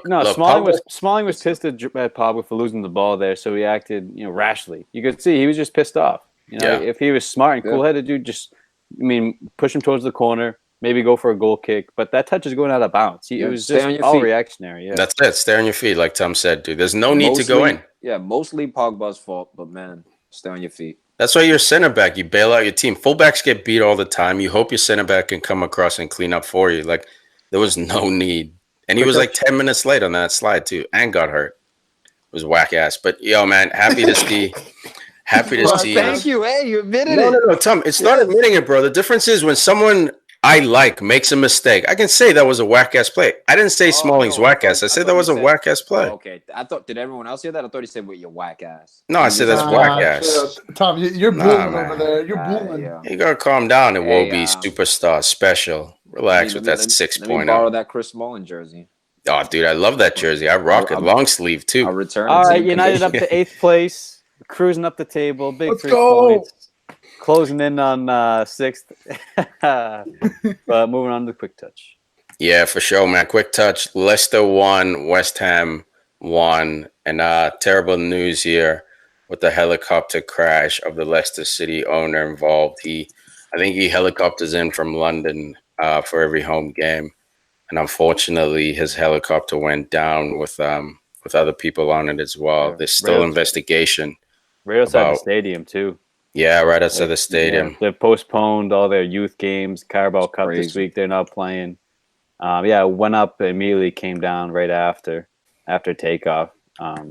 That's brutal, man. It's tragic. This guy is bought the club for pennies, essentially, years before. Got them promoted, 5,000 to 1 odds, got them that title. So, I mean, he's going to go down in Leicester folklore. as far as bringing them the biggest moment in their history. Bro. Yeah, even EPL, bro. So really sad. Yeah, absolutely disturbing, man. Disturbing stuff. But back to the game here. We'll try to keep the spirits high. Leicester having a bit of a rough season, man. Bit of a rough season for them. Not really firing as they should. A lot of controversy. Claude Puel, the fans, there's a faction of fans that aren't happy with him. They even had songs saying Vardy has won more than you, because there's a bit of beef with midweek. Vardy basically came out on Instagram and said he's 100% healthy for this game, basically saying if I'm dropped, it's the manager's fault. It's not, I'm ready to go. Don't listen to his excuses. And in this game, he was dropped. Claude Puel said Vardy wasn't 100%. And that rift is starting to come through, man. Leicester not really having a good season so far. I think I don't want to read too much into the Vardy thing. I think he's just bringing him in a little bit slower than usual. Because you just didn't want to give him the full 90. I feel like you wanted to, give him a little bit of time in this game. But you are right as far as Leicester struggling. To me, I mean, that what was interesting was a red card on Mark Noble in this game. Yeah, what do you guys think of that? I think it was pretty much a unanimous red card, right? It was justifiable to the point where you can't really argue against it. Studs were up on the ankle. It was late. It didn't have the momentum enough for me, but in this day and age, that's a simple red. Yeah, I hate to admit it, but I think it's the only real option unless you're going to go with a yellow. Yeah, I think if he hadn't left both his feet, he lunged. I don't think he had any intention of hurting the player. I think he was just going in to win it. But he lunged, both feet were off the ground. He was late and he was high. Like he got the guy on the shin, like high upper shin, studs up. It was a straight red. Yeah, it did, man. West Ham was playing well up until that. Like West Ham was looking like the team to go on.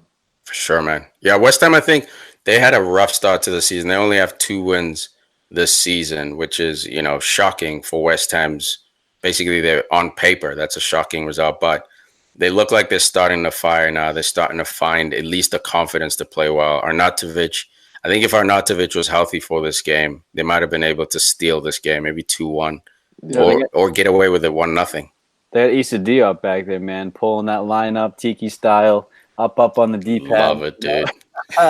Man, Pellegrini, we saw this in the beginning of the season against Arsenal. They were all over the field, the back line on crosses, but I mean, Pellegrini, credit to him, man. He has turned this team around since then. Very well drilled, man. Very disciplined. As soon as that ball you put the corner, you play it back, line's going to step up. They cut Leicester off maybe 5-6 times and just towards the end of the game by itself. But, man, all this talk about Claude Puel out, I don't think Leicester played all that bad this game. Granted, they were up. No. They had lots of chances. They created plenty of chances. It's not his fault they couldn't put them away. Vardy was tied with a couple headers. He came on as soon as Noble got sent off, went down, talked to Puel. He's like, "Yo, put me in." All right, put him in right after that. Yeah, but, go ahead. No, this could have been Leicester's game easily, man. I mean, for sure, man. They were cowish in front of the net. Dude, shout out to the Niger boy, young 21-year-old, making an impact here. Wilfred Ndidi out here scoring buzzer beaters for Leicester. A bit lucky on the deflection, but either way, man, they count. And this dude's got a cannon. This dude's got a cannon. I think going just real quick before we move on. I gotta go with Al. I don't think Claude Puel's doing a bad job with Leicester. I mean, he brought in James Maddison. Madison's a baller. And the whole thing with Vardy, I mean, I think, they spent a club record fee to bring in Iheanacho. I don't know, did Iheanacho even start this game? He did, and he's starting to show he's not about this life. He got robbed of a goal early, man. He scored early. He thought he was, all right, son, I'm back in it. Offside. Dude, he got a 5.7 rating on who scored, the lowest on both teams, dude. And it's hard for a forward to go that low. I think like the Tom's thing boy, is, he's special. Play this man. Juju, man. You should have. You got his confidence broken by City. I think Iheanacho with the thing with Iheanacho. I mean, like, I'm a big Iheanacho fan, football manager purposes only. But like, the thing is, I think I know Vardy. I'm not going to say he brings a lot more than what Vardy does, but he brings something different. Vardy's that I'm a dart. I'm going to go straight at the bullseye, which is the goal. Get me the ball. And like Vardy will get you the assists, he'll get you the cheeky assist, but he's very well known for play the ball over the top, play the ball through, let me get it, let me score. I think Iheanacho, he hasn't shown it, and I'm not saying like he deserves to start over Vardy, not by any means. But I think what he brings is different. Like he'll drop deep, he'll come up, he'll link the play up, not better, but he'll link the play up. No, he links it up better. You can say that. He links it up better. Vardy's not a link up forward. And that's the thing is I think the way that Puel is trying to like play his game is I think he wants a striker to be more involved other than dart the ball up.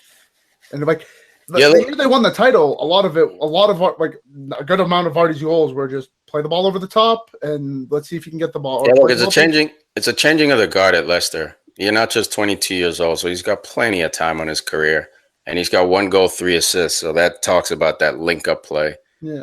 Vardy has 3 goals, 1 assist. So that even strengthens that point. The difference is, in Vardy's eyes, this is his team. And his fans back him. It's like when Rooney was starting to fall out with LVG. You know, like as far as like his performances, someone has to be the bad guy. And the fans will back the guy who's been there longer, plain and simple. Of course. And in this situation, they back Vardy. I think Vardy's making it uncomfortable for Puel, not quietly sort of accepting his position, but we'll see, man. We'll see what happens. Vardy's 31 anyway, so he's on the other side of his career. So were he to force a move, it would be sad, but I think Leicester would live on. Fulham 0, Bournemouth 3. Out cheer. Bournemouth, man, taking care of business. Fulham, impotent as hell going forward, dude. They're struggling. Such an idiot. Captain Cal. I don't know how I keep going against Bournemouth in my predictions. It's like I'm not looking at the table. I'm not seeing who they're playing. Like I don't know why I went against them against Fulham. Just completely foolish. It's emotional, yeah. For me, I thought Fulham was actually going to come out. I'm waiting for Fulham to turn around. Yeah, I thought Fulham. Look, man, I look at Fulham's team, and I'm like, look, these guys have potential. They should be banging in some goals. You know, I mean, you got Schürrle out here. You got Sessegnon, Mitrovic. You know, they got some guys, man, who you think would be creative enough to put the ball in the back of the net. But man, Bournemouth buzzsaw. That Bournemouth buzzsaw is serious this year, man. They took a stumble, I think it was last week, but they bounced right back. And Callum Wilson firing again. I mean, they're legit. They're legit.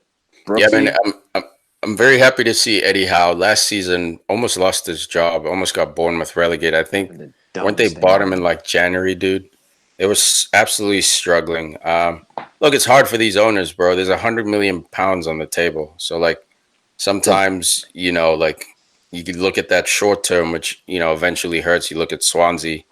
But they had the faith, man, and they kept with Eddie Howe. And I still say this guy's the next best manager to manage Tottenham once Pochettino leaves. Like you give that guy a piece like Harry Kane, a guy like Dele Alli, assuming those guys are still there, which they probably won't be. But as far as like the talent level, you give this guy a little bit more talent. He's an English manager, so he knows the style through and through. He can do work, man. He's a great manager. Forget about Ozil. Forget about Christian Eriksen. Forget about Hazard. Ryan Fraser. Lead the league in assists, man. 5 assists so far this season. He tops the charts in 10 games. He's having an amazing start to the season. Great fancy pickup on the low. For sure. But dude, this guy's just been producing nonstop. 2 assists in this game. Callum Wilson also sitting on 4 assists. So man, this Bournemouth team, they're not goal shy.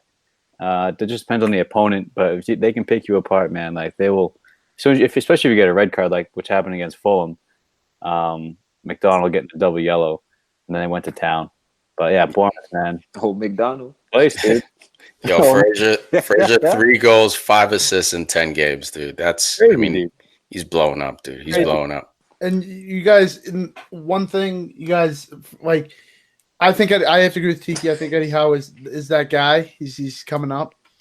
He should have been the Arsenal manager, but no, I don't know about all that, bro. But in all seriousness, one thing going off of that, if he went to Spurs, he knows how to scout players. Like that's one thing too. Like great shout. Like what's his name? David Brooks. Brooks, bro, coming through. He scored again today, or yesterday, whenever they played. He scored again. I'm pretty sure. He did. Yeah, like. Eddie Howe knows, like, maybe not just like he knows young players and he knows how to get the best out of them. Like Nathan Ake for like he's standing out for them recently. Mentioned Ryan Fraser. I don't think he's that old. I think he's younger, 20s or something like Dude, that. he had Wilson. He developed Wilson from their championship run. And Wilson's 26 now. So Fraser's 24. Fraser's 24. I think Stanislas is a bit. No, Stanislas is what's his name? Josh King. How old is he? He was a former United product. All I think right, he's in his like 25, 26. Yeah. All right, But either way, keep man. looking about all these players, guys. Who you want? All right. Huh? We'll keep it moving. Watford 3, Huddersfield 0. My boy Pereira out here doing work, man. I love this dude. Dribbling from half. Put him and Zaha on the same team, son. You can dribble from half and score the most special goals. Zaha, bro, hands down. As much as I love Pereira, smooth, man. He's got like that. Look at him moving. Oh, I wish the viewers, man. I wish the listeners could see this guy. He's greasy, though. You can't hold on to him, man. Oh my god, dude, he's getting no move. All he did was he just dribbled straight at defenders and backed away. Dude, they gave him the shoulders. The Ryan Giggs dribble shoulders. Defenders were just falling left and right. The ball stands still. He just gives them the shoulders, dude. Last week, I sent Tom that goal, or I sent the group the goal. Pereira's outside of the boot, bouncing left top cheese finish, man. If you guys haven't seen that, you gotta look it up. Absolutely brilliant. This guy is so smooth. He's 27 years old. So that confidence of being an established player is starting to come through. He's at the perfect club where they need him, and more importantly, they got Deulofeu who's healthy again. You have him and Deulofeu, two magicians out there working. They're gonna make guys like Isaac Success look like superstars. Deulofeu with a banger himself, man. No angle blast. Dude, that was so disrespectful. I love those kind of shots, just near post. Disrespect. And then Watford had a third goal, man, through Isaac Success. Brilliant free kick play right from the training ground. Dude, this Watford team, Javier Garcia, credit to him. And he's got the players, though, Decore and Capu holding down that midfield. Man, you got two towers. French connection, bro. Two towers that holding it down. They both have connection is Martial and Pogba, bro. Come on. Nah, bro. These guys play the same position. They're both big as hell. They love to get stuck in. This is the French connection right here, bro. Poor man's French. Only question is Holobas not getting the start, man. Why is that a question, Al? Explain to me why that's a question. Gives a got me a clean sheet in fantasy. Gives a fuck about that 34-year-old. Don't you have him? No, bro. I don't have Jolaba. I don't have any Watford defenders. On the bench. Oh shit, he's 34. I didn't know that. He's an old man, bro. He's been playing nonstop. Yeah, he has. Giving up those yellow cards. Going off of Tiki's point too about Pereira. This guy came from Juve. This guy took a step like a major, and he was a major. I don't know if major is the word, but he was a consistent. He was a contributor. He was like when he moved to Watford, it was like maybe like because he came in that January, he came off of like him not playing, but like the season before, he got a lot of game time. I agree, the money was big, and I'm not saying beautiful, bro. I love it. It's beautiful. I'm not saying got there's that money, but I'm just saying like when he came into the league, I'm not going to say people doubted him, but like he's always been a baller, man. Like I knew it would take some time. Unfortunately, he got injured pretty early into his Watford career too. But this guy's a baller. He's been a certified. He is in some sort of degree in Tiki's about this life system. He is about this life. I don't know about all that, but I love it. Not in my system. Huddersfield sitting bottom of the table, man. No goal. It's over. No wins. 3 draws. 3 points. Tied with Newcastle. Huddersfield. Huddersfield. David Wagner. Dude. Pop's old boyfriend. Reality has hit, Tom. Brighton 1, Wolves 0. Your boy, the manager. Give us the name. You ain't gonna set me up for that one, man. It's Nuno. It's Santu. Oh, he's not special this week. He doesn't get the special treatment. Man, look, you're turning your back on him. I think we look, I'm not gonna get amped. Look, man, you gotta get these ducats, man, for me to get amped, bro. And they did not get the ducats. I think we underestimated a very organized Brighton team. Just difficult to break down. And Glenn Murray, man. Yeah, that was the big understanding. Brain smashed in 6 days ago. Yeah, coach, I can play. Ridiculous. There's no way this guy should have been playing. Dude, 37 years old too. He's not like a young spring chicken. 35. My bad. Yeah, I was gonna say, dude, Jesus. Teddy Sheringham, Jesus. This was a good finish, though. I mean, look, it wasn't like the most complicated one, but it was a little tricky because the defender didn't give him much room. So he had to he had to finish it near post, and he did a quality job of that. So pretty clinical. Wolves on the slide though, man. I love the clinical sneak in there, Tom. But yeah, Wolves on the slide, man. They've been a little worrying, dropping points the last 2 games. Still only 3 losses in the league, which isn't bad, but it's weird. Wolves they struggle with the lower end teams. Yeah. They play up to the top. That's how you get relegated, man. You got to beat the teams in your neighborhood. I don't think they'll get relegated, of course, but like that's the formula for getting relegated. You beat Man United, then you go off and you lose to Brighton. Like that just can't happen. And they've only scored 1 goal in their last 3 games. They got blanked by Watford at home last week, and this week they get blanked by Brighton. And he both started teams are leaking goals. This was the game, son. This is it, man. Take over. You got to make it count when you get your chances. And now the next 2 games, they got Tottenham at home and they got Arsenal away. Like 2 easy wins.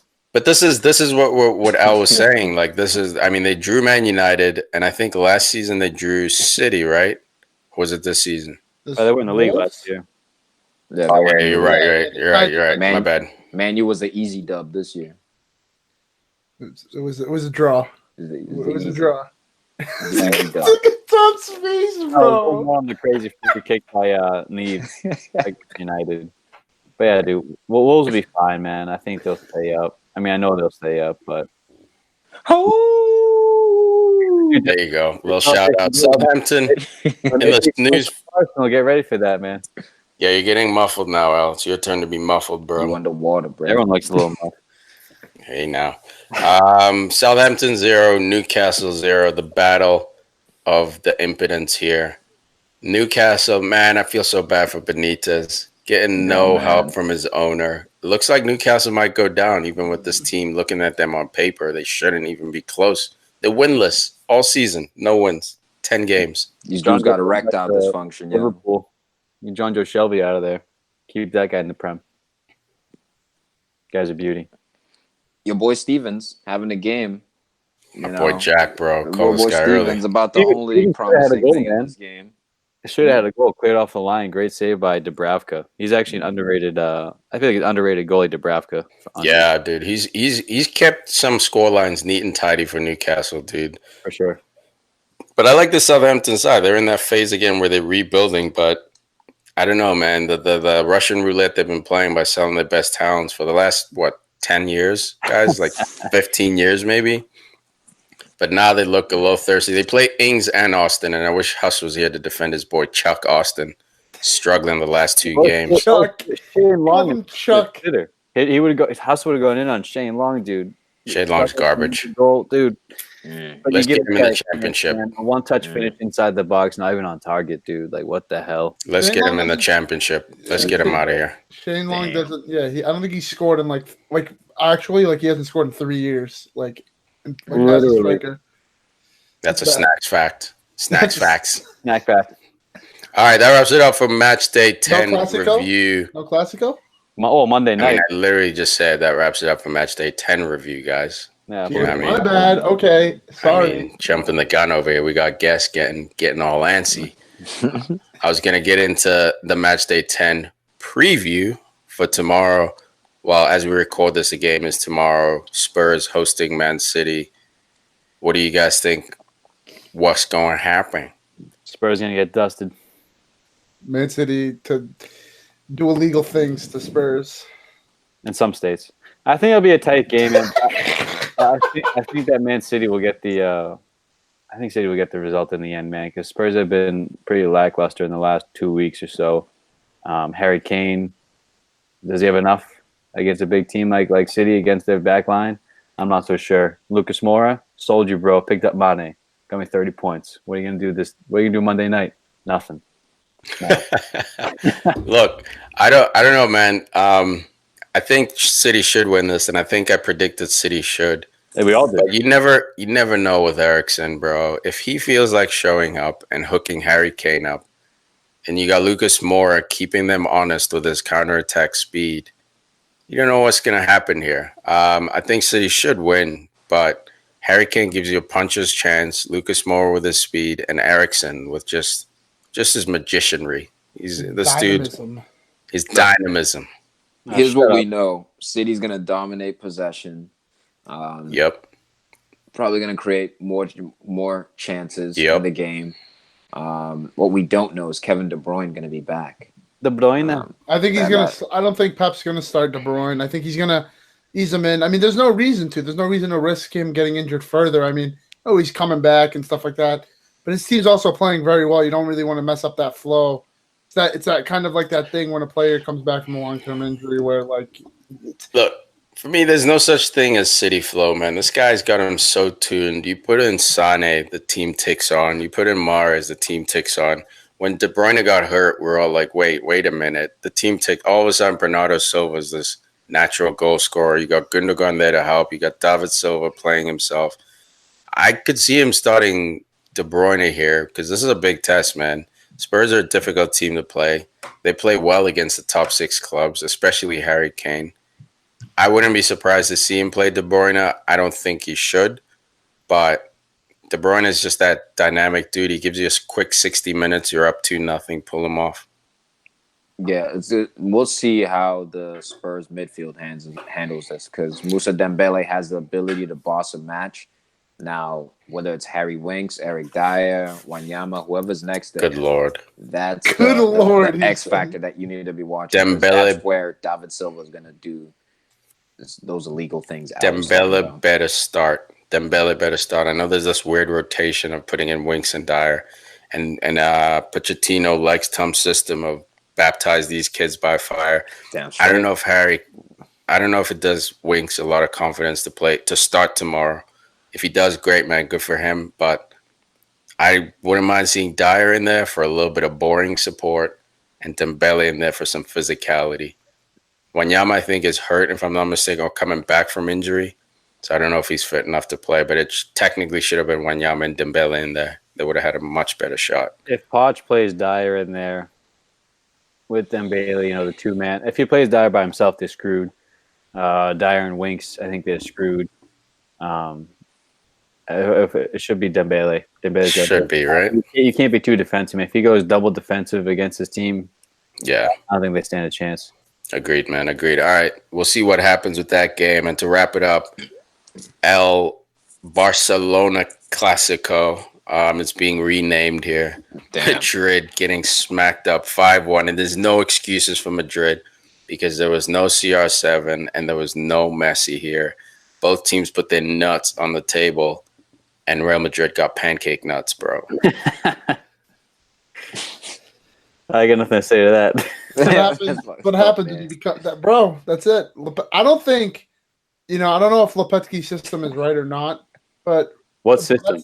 That's what happens when you don't have the goals, man. Ronaldo over at Juve putting the team on his back, literally putting the team on his back after coming back. It's just there's no one firing right now for Real Madrid.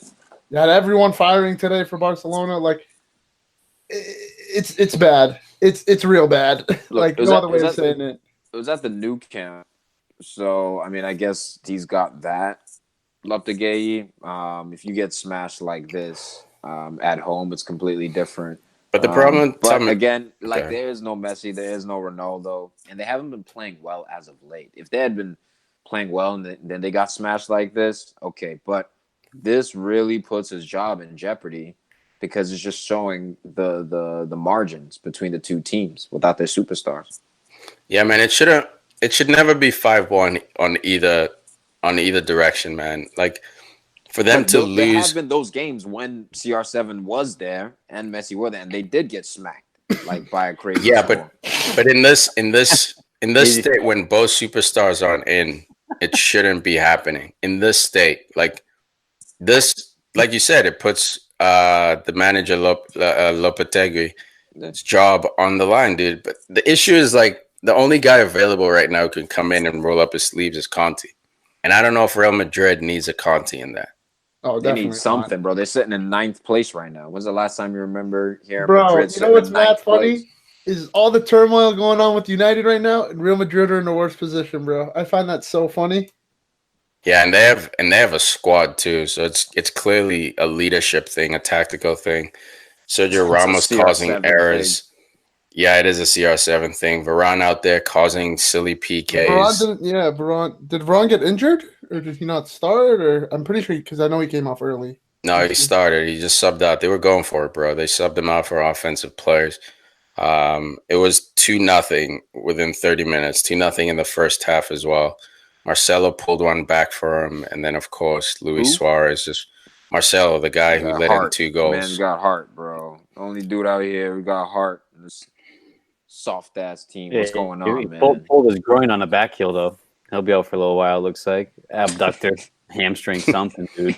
He didn't pull his groin defending, bro. I'll tell you that much. I mean, Liverpool. That's not what he there wasn't much defending from Madrid anyway, dude. Ramos. I said there wasn't much defending from Madrid in the first place, dude. They've been struggling all season, Champions League and in the league. Sergio Ramos had one of the worst, few months of his career between the Spanish national team leaking goals, 3 against Portugal in the World Cup, right in his face. And again here in the league, man, they haven't kept a clean sheet practically all year. And he had an error in this game that led to a goal. But, dude, the win was out of their sails. After, the third goal, that was it. Everyone gave up. The fourth goal, everyone gave up. And then the fifth goal came in. It almost made it 6. This dude Suarez is nice, though, man. Dude, Suarez, he still got it, bro. Hate on Suarez. I thought he would slow down. Nah, dude. He's still doing the damn thing. He has his little spells now. Usually he used to be hot all the time. Now he'll take a game or 2 off. But, dude, no. There's no sleeping on Suarez, man. That stooping header from, 12, 13 yards out was ridiculous. Was it Sergio Roberto with an awkward ball in there? Dude, somehow he stooped and headed it. That was ridiculous, man. Incredible goal. Nah, dude, Suarez is about this life. He's always been about this, this guy, undebatable, undeniable. What level? Best striker in the world, bro. I think he's been the best striker in the world the last 4 or 5 years. There's always this Lewandowski shout, blah, blah, blah. But, Suarez took over the Premier League basically on his own. Sure, he had Sturridge and Sterling helping out, but basically on his own, took over the Premier League. International stage, he always shows up. Uruguay doesn't always do well, but the performance you're going to get out of Suarez. And at Barcelona hasn't skipped. Barcelona hasn't talked about getting a forward. You'll start to hear rumblings now that he's 31, but they haven't, not even a slight link with a forward rumor since he's been there. I agree with that. He's undeniable. He's been the best forward in the world since he left Liverpool, dude.